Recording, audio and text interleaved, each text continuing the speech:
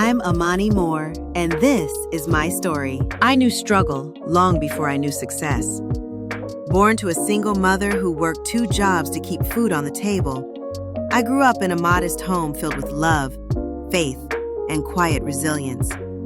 At just 17, while most of my peers were concerned with prom and parties, I was juggling night shifts, college applications, and building websites for local businesses from my bedroom on an old, used, beat-up laptop. I didn't have much, but what I did have was vision and a heart set on generational change. After graduating high school early, I enrolled in community college during the day and worked part-time at a small ad firm at night. By age 22, I had earned both my degree and enough freelance clients to take a leap of faith, founding my own creative agency with just a $1,000 loan and a second-hand laptop. That leap became Visionaire Creative Agency, a startup built from coffee shop meetings, late-night edits, and unstoppable faith. Over the next decade, my relentless work ethic and powerful storytelling turned my agency into a nationally recognized brand, eventually securing high-profile clients and landing the company on the Fortune 500 list. This is Melanie Carter, but we call her Mel. She and I met in elementary school. From hopscotch to heartbreaks, we were inseparable. The kind of bond people assumed would last forever. I always saw Mel as the sister I never had. Mel came from a broken home and struggled with insecurity, but I shared everything with her. Clothes, dreams, even opportunities. As we grew up, I pulled Mel into every success she had, recommending her for jobs, funding her ambitions, and eventually welcoming her into my personal life with complete trust. But what I didn't see or didn't want to believe was the envy growing quietly beneath the surface. Our friendship was forged in childhood, but it would be tested in adulthood in the most painful way imaginable. Hi, I'm Trent, and this is my story. I grew up with potential and pressure. The only son in a family that expected greatness, I was raised to succeed, but never quite taught how to endure. I learned early to perform well, speak smoothly, and chase success.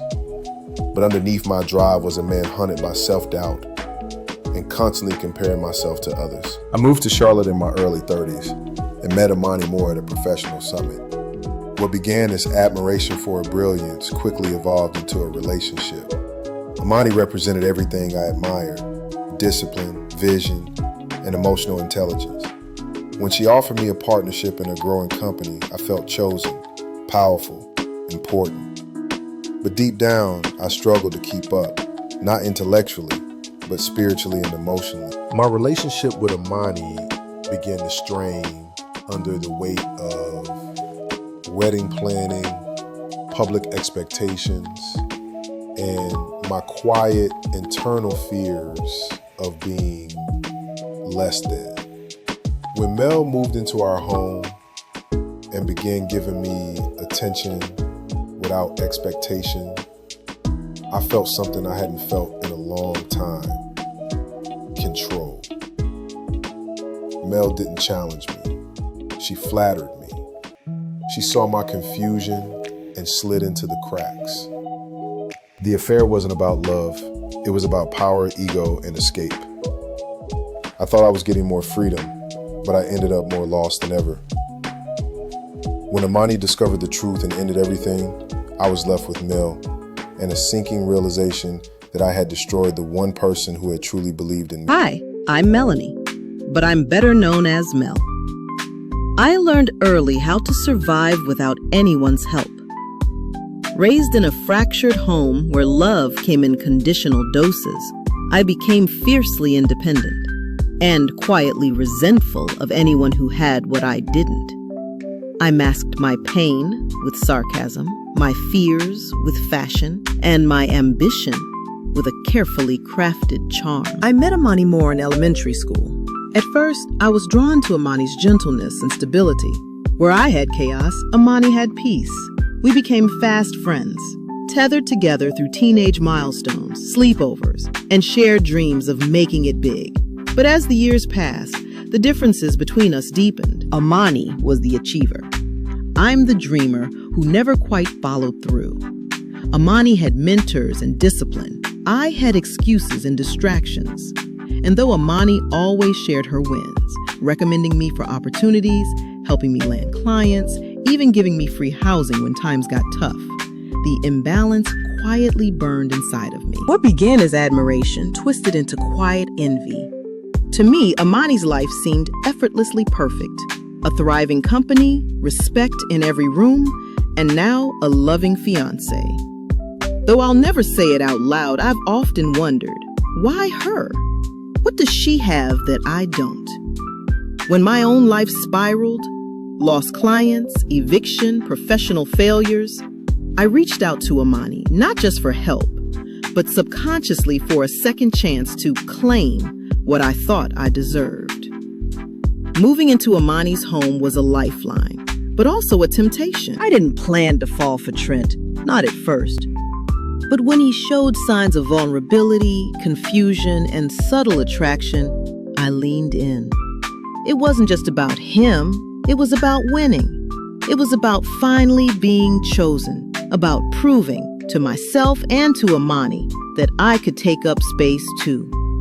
But what I didn't anticipate was the fallout, the guilt, the public shame, and most painfully, the realization that even after I won Trent, I would still feel empty. I took the crown, but I couldn't wear it.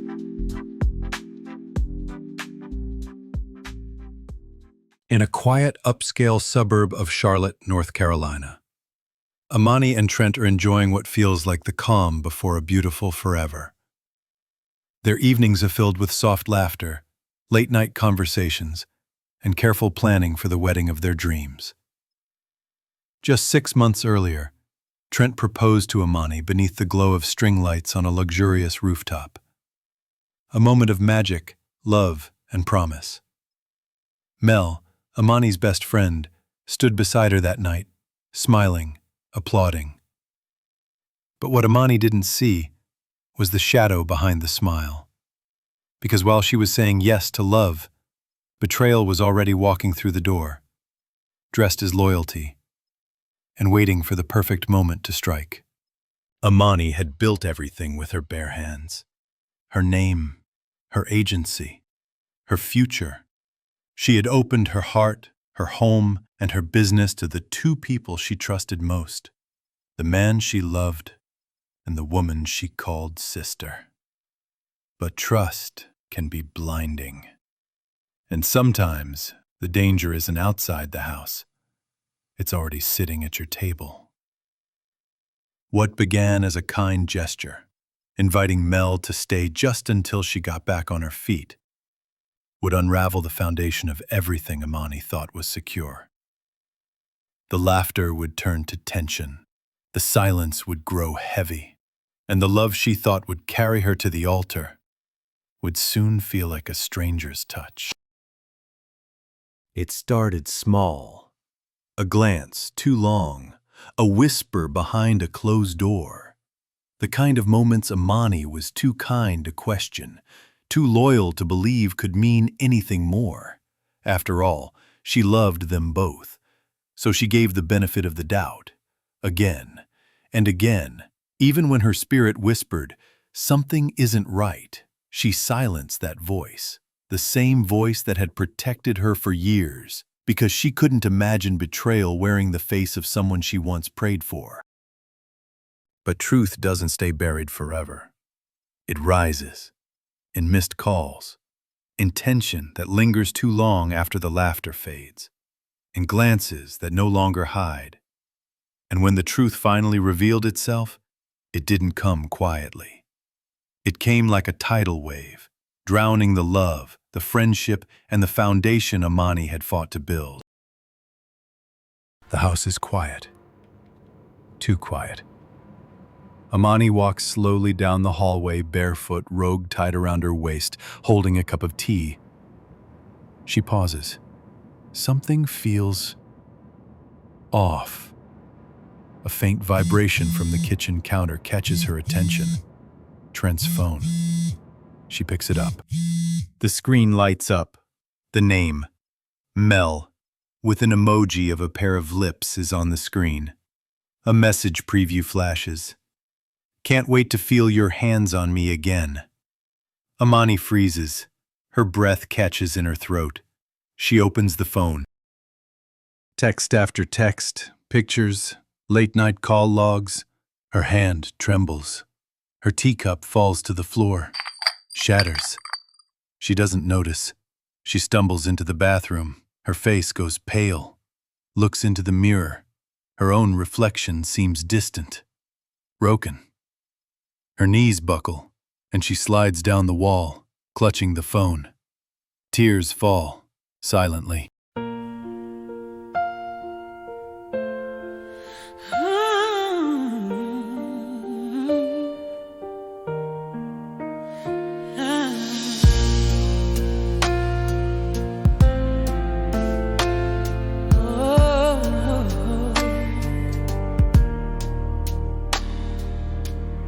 I gave my trust like an open door, held your dreams like they were mine, thought what we had was something pure, but love don't always mean kind. I saw the signs but closed my eyes, 'cause I believed in us too much. I built a home on broken lies. Now it's all turning into dust. They say love protects, they say love is true, but what do you do when the ones you die for are the ones that hurt you? When love and loyalty break you, and the ones you trusted forsake you, you cry out to God just to make it through, 'cause your heart's been torn in two. But He picks up what they shattered, turns betrayal into power. When love and loyalty break you, He's the one who remake you. Yeah. You had my soul, my secrets, my name. I let you see the tender parts, but I never thought you'd play that game with the keys to my heart. It wasn't just you, it was her too, my sister in every way. But envy wears a pretty face, and lies know how to pray. It wasn't just the pain, it was the silence, the knowing and the hiding. But what they meant to bury me, only God was reviving. When love and loyalty break you, and the ones you trusted forsake you, you cry out to God just to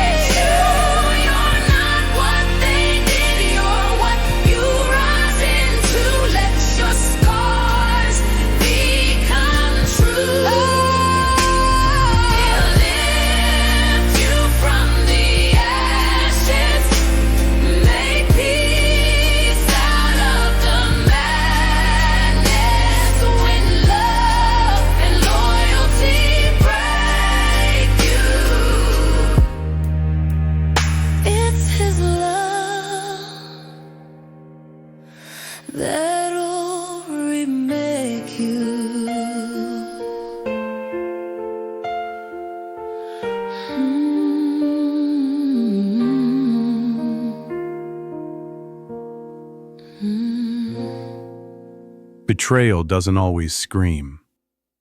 Sometimes, it whispers from the screen of the man you were about to marry. The room is dim. Only a floor lamp is on. Amani stands in the center of the room, still holding Trent's phone. Her face is wet with tears, but her eyes, sharp, focused, broken open. The front door opens. Trent walks in, casually, loosening his tie. He pauses when he sees her. Babe, you okay? How long? What? How long have you been sleeping with her? Trent's face changes. He knows exactly who she means. His jaw clenches. Amani, let me explain. Amani pushes the phone to his chest. Explain? Explain this. You had me planning our wedding while you were building a second life behind my back. With her? It wasn't supposed to happen like that. It was a mistake. It was a choice. Every text, every lie, every time you came home and kissed me like nothing was happening. That wasn't confusion, Trent. That was cowardice. Mel steps out from the hallway, clearly eavesdropping. Amani, let's not make this bigger than it is. Bigger than it is. You were supposed to be my sister. You slept in my house, ate my food, laughed in my face, and the whole time, you were waiting for me to look the other way so you could slide in and take what you thought was yours. I didn't take anything. He came willingly. Trent lowers his head, ashamed. You didn't just betray me. You dismantled me. You shattered everything I believed about love. But you know what? I will rebuild. Without either of you. She walks past them, calm now, deadly calm, and heads toward the stairs. Amani, please. Amani, without turning back, says, Get out. Both of you. Hi, I'm Evelyn, Amani's mom and comforter. I was born into a generation of women who knew how to make miracles from little. Raised in the segregated South, I was taught early that faith wasn't just for Sundays, it was survival. My own mother prayed over every meal, every bill, every battle, and I've carried that same spiritual legacy into my adulthood. After marrying young and becoming a single mother soon after Amani's birth, I worked long hours as a teacher, spent nights leading women's Bible studies, and raised Amani with both tenderness and tough love. I never missed a church service, but more importantly, I never missed a moment to speak life into my daughter. My favorite saying to Amani, "You may come from hard places, but baby, you don't have to live hard. You live holy. You live wise." I am more than just Amani's mother. I'm her compass. When Amani is tempted to act from emotions, I remind her to act from wisdom. When Amani is drowning in heartbreak, I wrap her in truth, not the kind that hurts, but the kind that heals. I don't sugarcoat. I speak in scripture and strength. The Bible says no weapon formed will prosper. It never said the weapon wouldn't form, just that it wouldn't win. Now, act like you know who your God is. I serve as Amani's spiritual lighthouse in the storm, the voice that anchors her when betrayal threatens to consume her. I embody legacy, endurance, and unshakable faith. I am the woman who prayed Amani into her calling, and I remain the root beneath every soul shift Amani makes. I am also a source of accountability, always reminding Amani that strength doesn't mean hardening your heart, and that forgiveness isn't letting people off the hook. It's letting God take over the battle. Amani walks in through the front door. She doesn't speak. She doesn't need to. Evelyn, in her nightrobe, stands in the doorway, instantly alert. Her daughter's face says it all. Amani drops her bag, and with trembling lips and red eyes, she collapses into her mother's arms, sobbing, broken. Evelyn, holding her tightly. Oh, baby, let it out. Let it out. Mama's got you. They sink onto the couch. Amani cries for what feels like a lifetime. Evelyn just holds her, prays softly over her. Mama, I gave them everything. My love, my trust, my home. And they ripped it away from me like I was nothing. No, baby, no. You are not nothing. You are a woman of purpose. You were betrayed, yes, but you are not broken. You are bruised, but baby, you are not done. How do I even start again? You don't start alone. The Lord is close to the brokenhearted and saves those who are crushed in spirit. But why would he let this happen? Because he's showing you what couldn't stay where you're going. Baby, sometimes God has to reveal before he can restore. She takes Amani's face gently in her hands. The book of Isaiah tells us, "No weapon formed against you shall prosper." That doesn't mean the weapon won't form. It just means it won't win. But it feels like it did win. It feels like it took everything. You still have you. You still have breath. You still have a calling on your life. She places her hand over Amani's heart. And God's not finished with this heart right here. And we know that all things work together for the good of them that love God, who are called according to his purpose. Amani slowly nods, tears still falling, but her spirit beginning to shift. Now dry your face, because this pain, it's not your ending, it's the beginning of your becoming.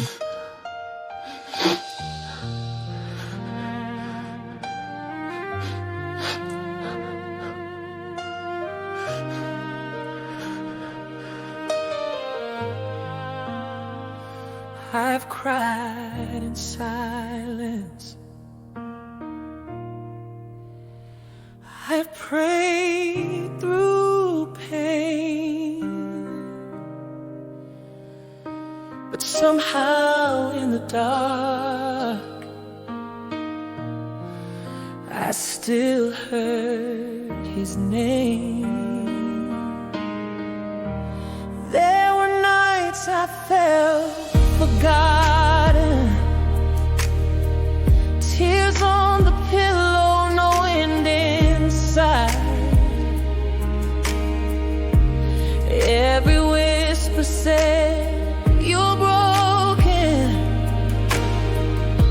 but his word held me through the fight.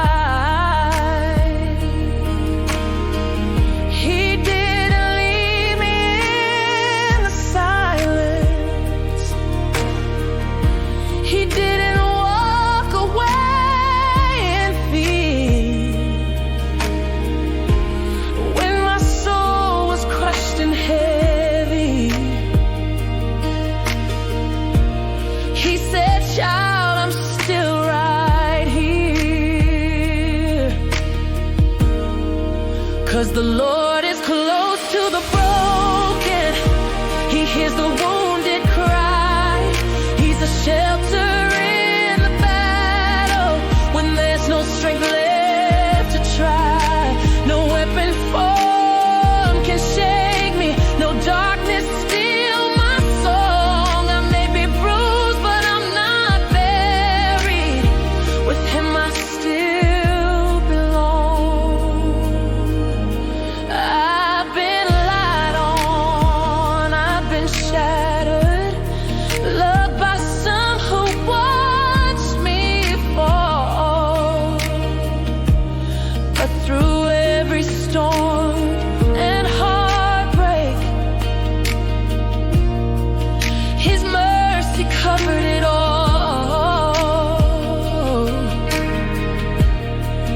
They said I wouldn't make it, but my God had other plans. He turned ashes into glory with his word still in my hands. The Lord is close to the broken. He saves the crushed in soul. He lifts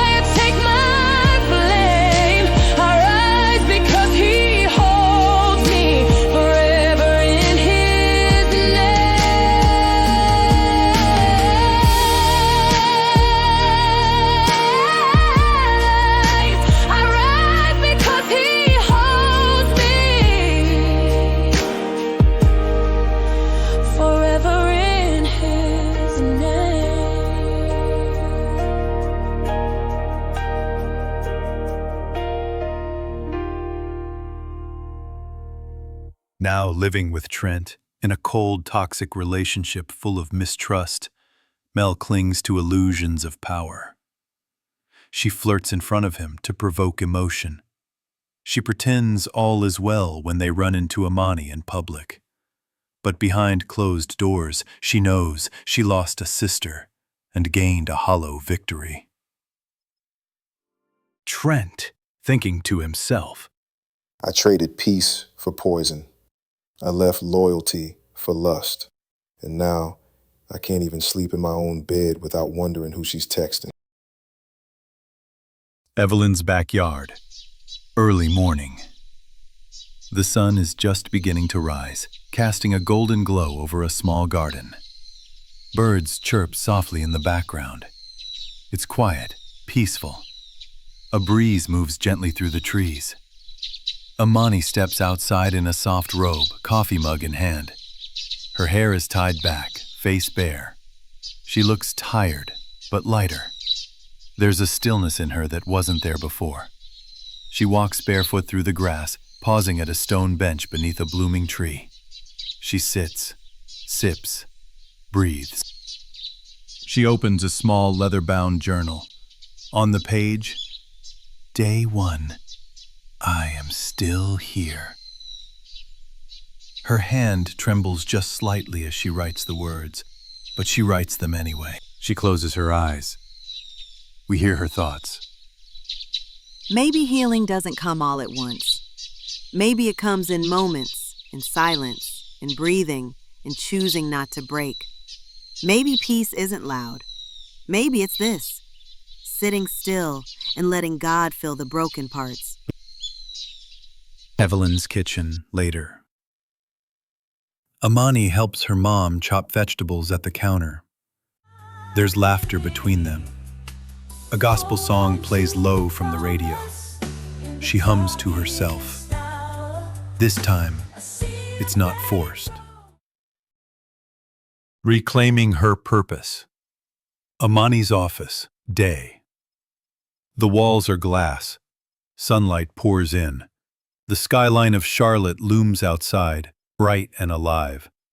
Amani enters the building, confident, head held high. She wears a tailored blazer, no makeup, hair pulled back into a sleek ponytail, natural, whole. Her staff greets her with quiet smiles and nods. A few whisper, "She's back." Private office, moments later. She closes the door, walks to her desk, pauses. Everything is just how she left it. She exhales deeply and sets down her bag. A framed quote on her desk. Still I rise. Maya Angelou. She sits, opens her laptop, looks out at the city. Then, she picks up a new notebook, flips to a clean page and begins to write, "This time I build from truth. No more pretending, no more shrinking. Just me. Honest, flawed, free." She places the pen down. A soft smile forms. Boardroom, later. Amani stands at the head of the conference table. Her team is seated, ready to listen. She clears her throat. I've made mistakes.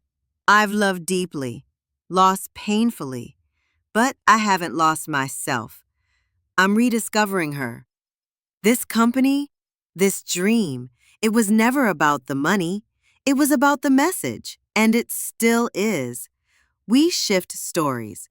We shift souls. We don't just sell ideas. We build lives. The team applauds, not because they're supposed to, but because they feel it.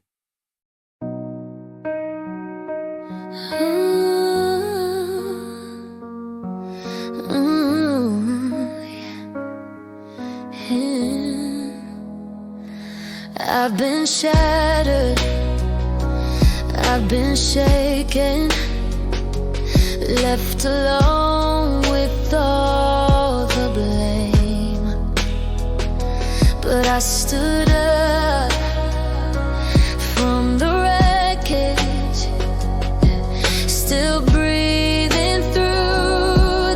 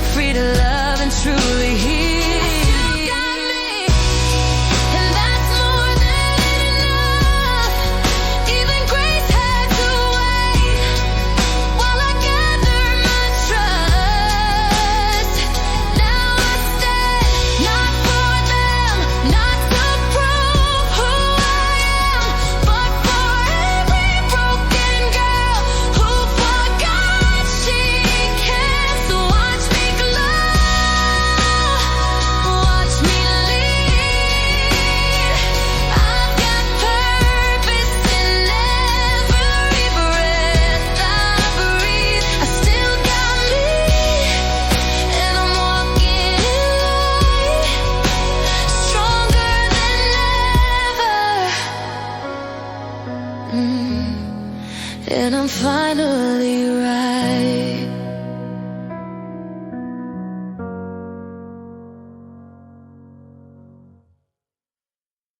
In the upscale coffee shop, midday. The cafe is calm, jazz humming low, soft chatter in the background.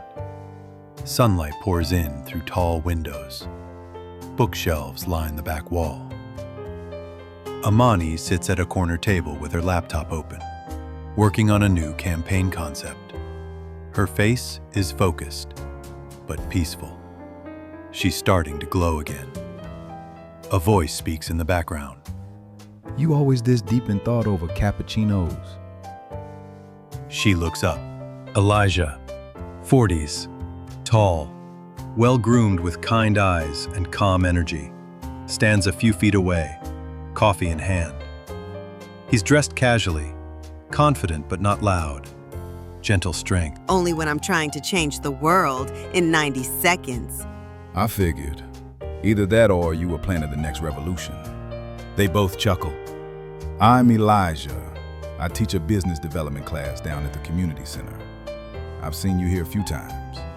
Amani, I run a branding agency, or at least I used to, taking it one day at a time. Their eyes meet. Something unspoken passes between them. Mutual respect, understanding, familiarity in the way people who've lived through storms recognize each other. You ever think about teaching?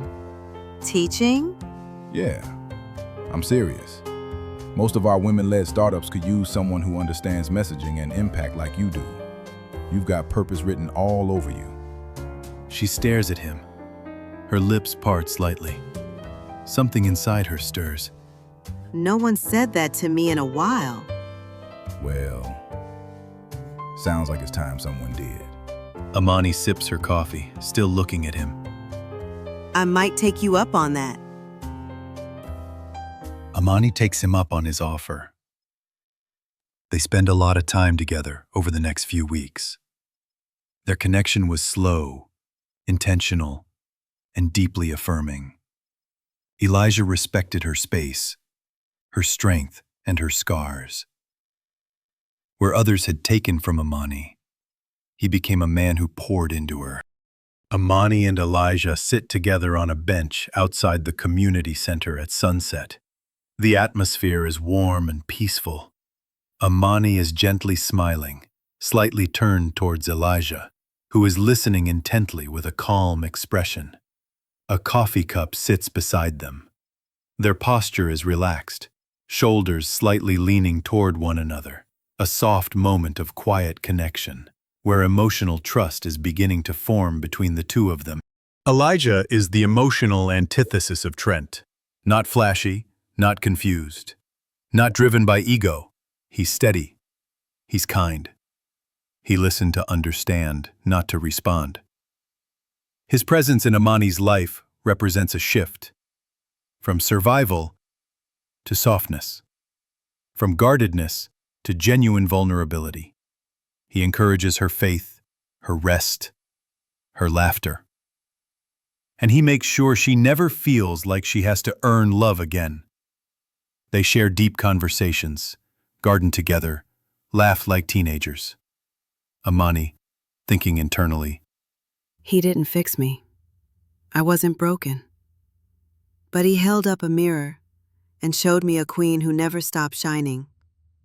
Even when the crown fell, I still glowed. Trent sees them out.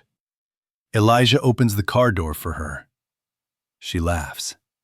He burns with regret. Back at Trent's home, Mel mocks him.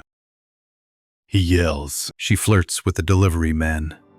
Toxicity brews. Trent, thinking aloud. I didn't just lose her. I lost the man I could have become if I had stayed by her side. The room is dim. The silence is sharp. Trent stands, fists clenched, his voice trembling, not with weakness, but with the weight of truth. You need to leave, Mel. Tonight. Right now. Mel raises an eyebrow, amused. I let you in when I was weak, when my judgment was clouded by ego. and loneliness. But I see it now. Everything you did, the whispers, the timing, the manipulation. You played me against the woman I love, and I was foolish enough to fall for it. He steps closer. But I'm done being foolish. I made a mistake, the kind of mistake that haunts a man when the lights go out, the kind that makes you ashamed to look in the mirror. It's always been Amani. Even in my confusion, it was her heart, her strength, her love, and I'm going to fight for her with everything I've got left. So pack your things, Mel, and don't come back here. Not now, not ever. Mel, smirking, slow. You think it's over? You think you can just throw me out and go crawling back to her like nothing happened? She steps closer, eyes narrowed like a blade. You let me in, Trent. You opened that door. And you better believe I'm gonna finish what I started. She grabs her bag, slings it over her shoulder. You don't even realize it yet, but I have already done the damage. And some things don't unbreak. She walks out slowly, her smile chilling. Trent whispers to himself, eyes fixed ahead. We'll see. Not this time. This time, I fight. Trent pours a drink. He picks up the picture of he and Amani, reminiscing on the love he shared with her. He speaks without speaking. I will fight. But this fight will be right, led by God.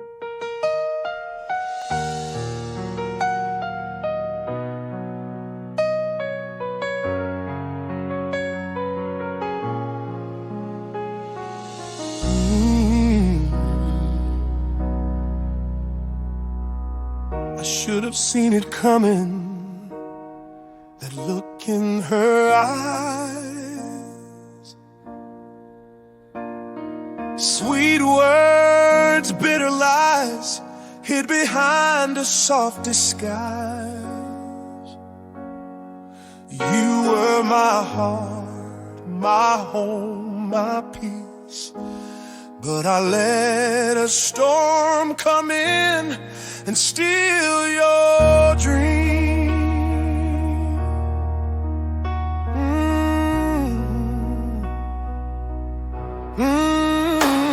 I was blind, I was foolish, thought I had control.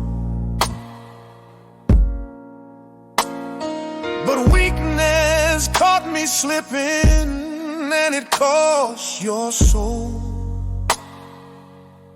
I'm sitting in the silence, echo of your name, trying to scrub my hands, but I still feel the shame. I let you down, I broke what we built, traded your love for a moment of guilt, and now I'm haunted by the way you cry.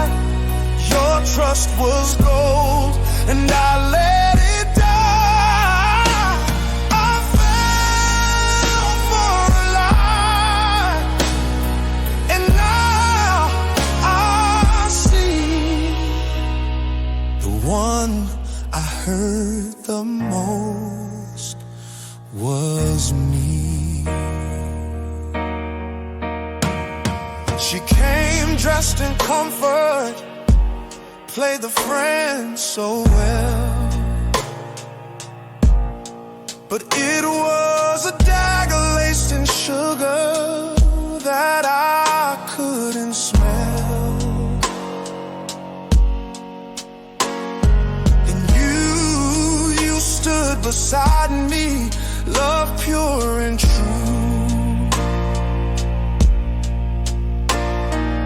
While I let a snake slip right past you,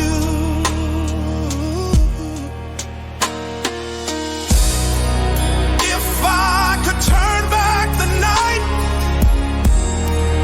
unhear the words, undo the fight, I'd walk away, choose you again.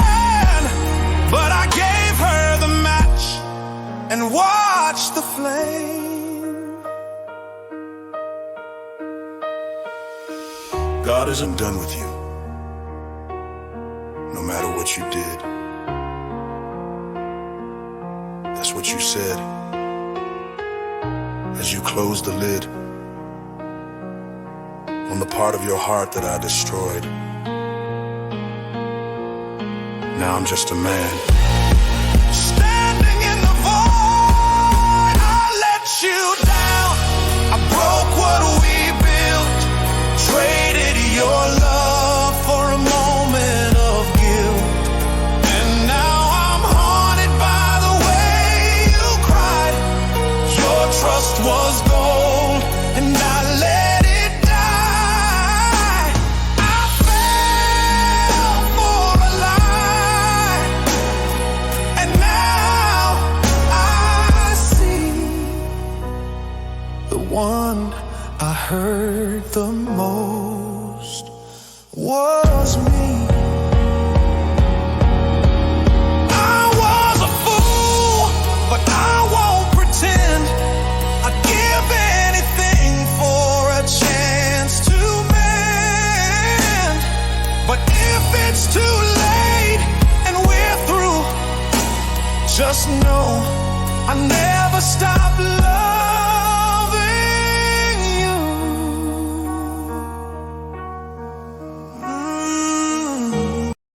The room is quiet, still. Only the faint hum of the refrigerator can be heard.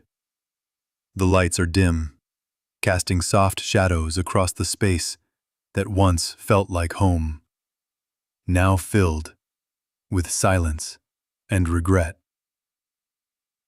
Trent stands motionless in the center of the room. His breath is shallow, his eyes heavy. Then, slowly, he drops to his knees. The weight of everything, his betrayal, his shame, the love he nearly destroyed, hits him all at once. He covers his face with trembling hands. And then, he speaks. Raw, honest, desperate. God, I don't even know if you still listen to someone like me. But I can't pretend anymore. He lowers his hands, staring up through tear-blurred eyes. I was selfish. I was weak. I let the wrong people speak louder than the one person who truly loved me. I broke her and I broke myself. He places his hand over his heart, voice shaking. Amani said you weren't done with me, that you had a plan, that you still had purpose for my life. He glances to the coffee table, where the wrinkled napkin sits with verses in her handwriting. He picks it up. Jeremiah 29:11. Plans to prosper you and not to harm you, to give you a hope and a future. God, I want that future, but I can't do this without you. His tears fall freely now. He bows his head low, pressing his forehead to the floor. If you're real, if you still want me, I surrender. I give you the mess, the guilt, the shame, all of it. I don't want to be this man anymore. He lifts his head slowly. Change me, God. Please change me. Make me the man you intended, the man she believed I could be, the man I never learned how to be. He remains there, kneeling, weeping, not in weakness, but in surrender. In the quiet, something shifts, not around him, but within him. And in that stillness, for the first time in a long time, Trent doesn't feel alone. Redemption begins with confession and faith.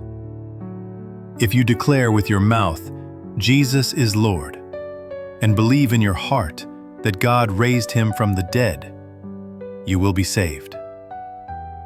Romans 10:9.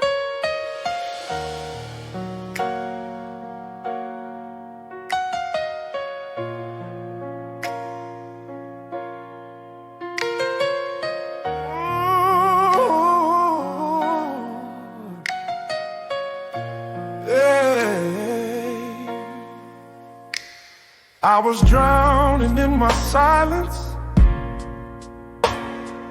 blinded by my pride.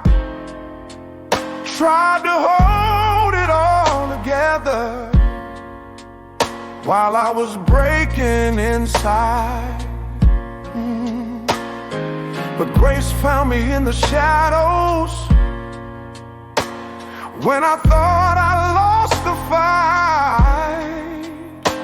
And I heard a whisper in my spirit, son, you still have life. He changed me from the inside out.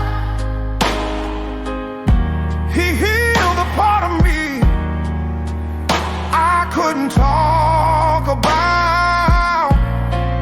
God isn't done with you, no matter what you did. He still has purpose, still has love to give. I used to think I had to earn it, every breath, every prayer. But he took me as I was, even when I wasn't there. If he started something in you, he'll finish it in time. Even if you walked away, his arms stay open wide. He changed me from the inside out. Took the shame, took the fear, took the long way around. God isn't done with you, no matter what you did. He still has purpose, still has love to give. I'm gonna be new, not for anyone else, but for me, for him. Yeah, I'm finding myself, not who I was, but who I'm meant to be. No more chains, he's making me free. He changed me, no more looking back. I was lost, now I'm found, and I ain't turning back. God isn't done with me, and he's not done with you. If he said he'd heal you, believe it's true. Ooh, he changed me.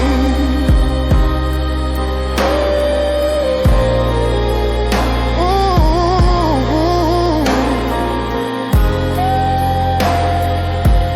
I'm gonna be new for me, for him.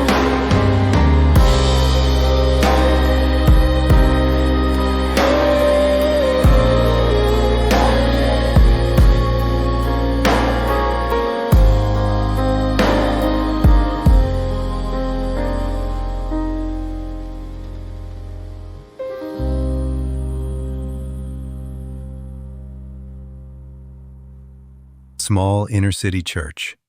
Sunday morning. Trent sits in the back row, hoodie up, silent. His eyes stare blankly ahead.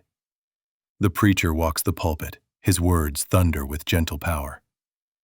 You're not too far gone. If God could reach Saul on the road to Damascus, he can reach you on your living room floor. Trent lifts his head. His eyes glisten. Hope flickers. You don't clean up to come to God. You come broken, and he does the cleaning. Amani said he wasn't done with me. Maybe, just maybe, she was right. Elijah's Bookstore Cafe. Night. A warm artistic crowd fills the space. Candles flicker on tables. Amani stands on stage, reading her poem with quiet power. Elijah sits in the back, watching with pride, or so it seems. Her words land. Applause fills the room. As the crowd clears out, Amani exits to take a call. Elijah checks his buzzing phone. On screen, Mel, we need to talk. He hesitates, then answers. Minutes later, Elijah stands near the back bookshelves. Quiet. Private. You should be calling me now. No, she doesn't suspect a thing. I've got this under control. She trusts me. Unbeknownst to him, Amani stands near the entry. Frozen. She had come back for her book. Her heart sinks. She doesn't hear Mel's name, but she knows betrayal when she hears it. She quietly exits, tears burning in her eyes. Amani and Trent meet. The air between them is thick with memory and pain, but also something softer, something healing. I didn't just come to say I'm sorry.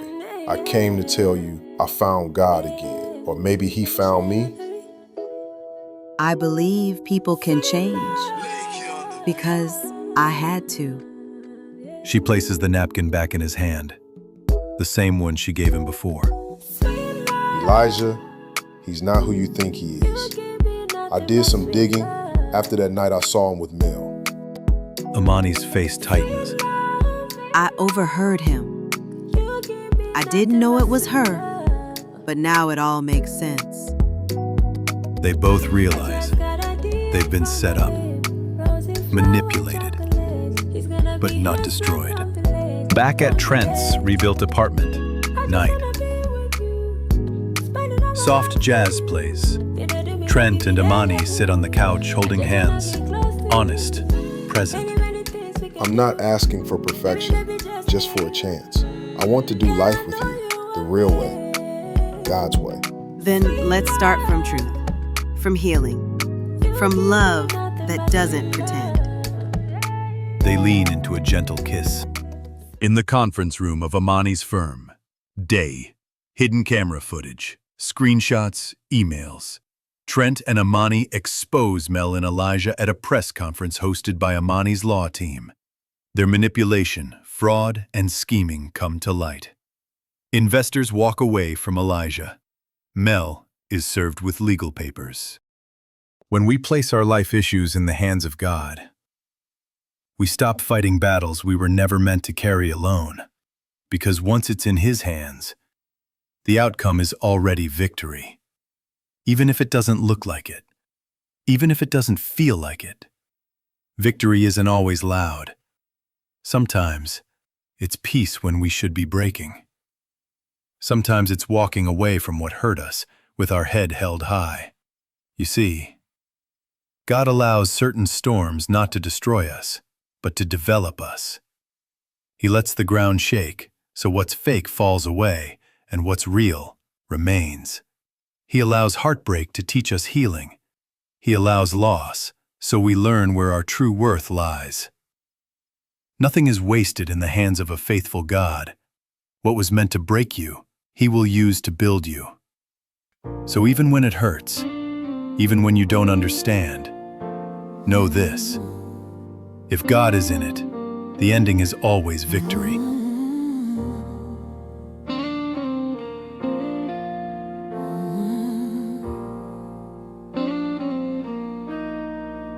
They tried to break me, told me I was too much, too soft, too strong. They threw stones at the glass I built, but I kept standing all alone. They whispered down in the dark, hoped my light would fade, but every scar turned into grace, and every tear became praise. They tried to break her, they tried to ruin him, but what God restores, no one can destroy again. Still she rose from the ashes and the pain. Still he found redemption in the rain. They thought it was over, but heaven had more in store. Still she rose, And he did too. I lost myself in the noise, Mistook lies for love and lust for gold, but mercy found me on my knees when I was lost and growing cold. I said a prayer with nothing left.